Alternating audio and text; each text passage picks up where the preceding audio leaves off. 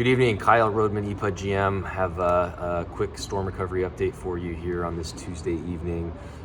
Today was a real productive day. We got about 1,000 customers restored, which was even more than the day before. So despite the very difficult work that all these crews are engaged in, the massive crews that we've brought in is really starting to have an impact. Very, very good news, and we hope to make very good progress in the next couple of days as well.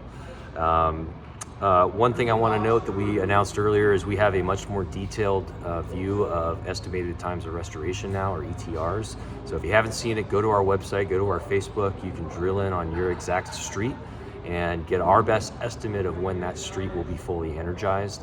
A quick note on that, we will be restoring, of course, as we go down these individual roads and streets. So if you see a date that looks like it's too far out there, that is sort of the worst case scenario in general. That is when we expect the entire road to be back. So your location is very likely to be back sometime before that.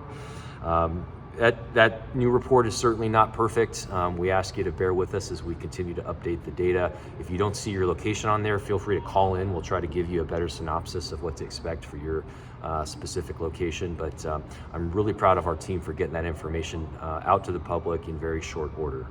Wanted to give a real quick shout out to the tree crews that we have working for us. We have in-house tree crews that are always out there cutting trees and branches out of our right-of-ways. In this storm, they've been extremely valuable to stay ahead of our line crews, to keep lines or to keep right-of-ways clear so we can get those lines back up.